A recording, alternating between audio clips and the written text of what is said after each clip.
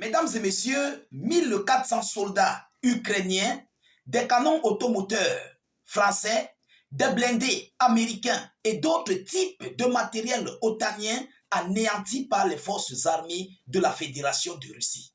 Ça fait très mal. Et c'est ce que Volodymyr Zelensky avait souhaité pour son peuple, pour ses hommes, pour ses troupes. Et comme à l'accoutumée, il est obligé d'accepter cela. Et par rapport à ça, mesdames, mesdemoiselles et messieurs, le ministère de la Défense russe nous annonce encore d'autres défaites très cuisantes des troupes ukrainiennes sur les lignes de front, selon le bilan hebdomadaire du ministère russe de la Défense à moins de 24 heures. Ah oui, mesdames, mesdemoiselles et messieurs, hormis les attaques russes sur les multiples localités ukrainiennes, hormis ce coup dur que la Fédération de Russie a émis sur le territoire ukrainien de Soumy, mais la Russie ne baisse pas les bras et les Russes continuent de progresser, les Russes continuent d'infliger des multiples pertes à l'Ukraine et à tous ses alliés. Oui, parce que l'Ukraine, en fait, est le drapeau utilisé pour ce conflit, mais nous savons que ce sont les Otaniens. Je le sais bien, que ce sont les Otaniens qui sont dans ce conflit contre la Fédération de Russie. Voyons voir ce que la Russie nous dit d'avoir fait sur le front, sur les lignes de front, ces dernières 24 heures. Mesdames et messieurs, partagez au maximum parce qu'il faut que le monde entier comprenne. Ces informations, les médias otaniens ne les publient pas. Nous avons le droit de les publier parce que nous ne sommes ni du côté de l'OTAN, ni du côté de l'Ukraine. Nous sommes neutres et nous, il n'y a personne qui peut nous bouder. Partagez massivement l'information pour que ça puisse aller. Ceux-là qui ne croient pas ce qui se passe sur le front. Vous comprenez? C'est très important. Abonnez-vous si vous n'êtes pas encore abonné pour ne plus rater nos pages, pour ne plus perdre nos vidéoconférences et surtout activer les cloches de notification YouTube ou Facebook. Ceux qui sont sur Facebook, notre lien YouTube se trouve en commentaire, dans la zone de commentaires. Cliquez là, ça va vous orienter direct sur notre chaîne YouTube. Alors, selon l'information officielle relayée tout droit par le ministère russe de la Défense, ils nous disent que des blindés américains, des canons français, et plus de 1400 hommes, plus de 1400 soldats. Les pertes de Kiev à moins de 24 heures. Les pertes ukrainiennes à moins de 24 heures. Qu'est-ce qu'ils nous disent? Incroyable. L'armée russe a détruit des canons automoteurs français et allemands, plusieurs blindés américains, tout en renforçant les positions sur le front, rapporte la défense russe dans son bilan quotidien de l'opération spéciale pour le 24 mars. Donc, c'est la journée d'aujourd'hui. C'est le bilan de la journée d'aujourd'hui. Vous savez, à l'heure actuelle, du côté de la Russie, je crois qu'il est 20h ou 21h. Hein? Quelque chose comme ça, 21h ou 22h. Vous comprenez? Alors, selon les points clés du bilan hebdomadaire, le groupement Nord a attaqué 7 brigades et un régime ukrainien. Les pertes de l'ennemi s'élèvent à 175 soldats. Du côté du groupement Nord, 2 chars et 4 pièces d'artillerie, dont un canon automoteur César français, un dépôt de munitions a été complètement rasé par les forces armées russes. Incroyable. Ça, c'est le groupement Nord. Avec ça, vous voulez continuer de faire face aux Russes? Vous ne pourriez jamais atteindre la cheville des Russes dans le domaine militaire. Acceptez cela. Mesdames et messieurs, le groupement Ouest a amélioré sa position le long de la ligne de front. Il a attaqué 6 brigades ukrainiennes.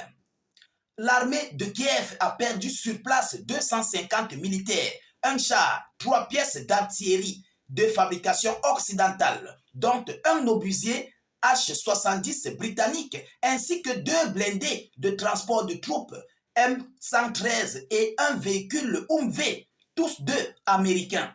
3 stations de guerre électroniques et 3 dépôts de munitions ont été complètement supprimés de leurs opérations.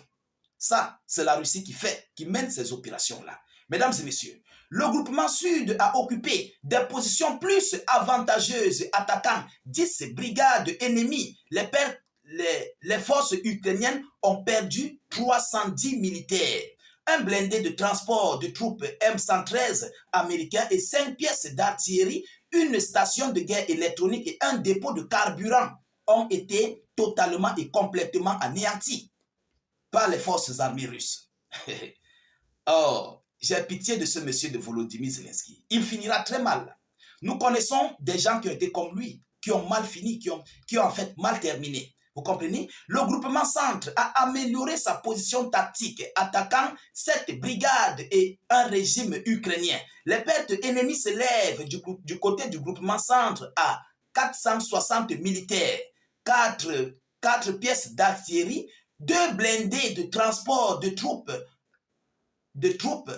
M113 américains et 2 blindés de transport de troupes VAB français.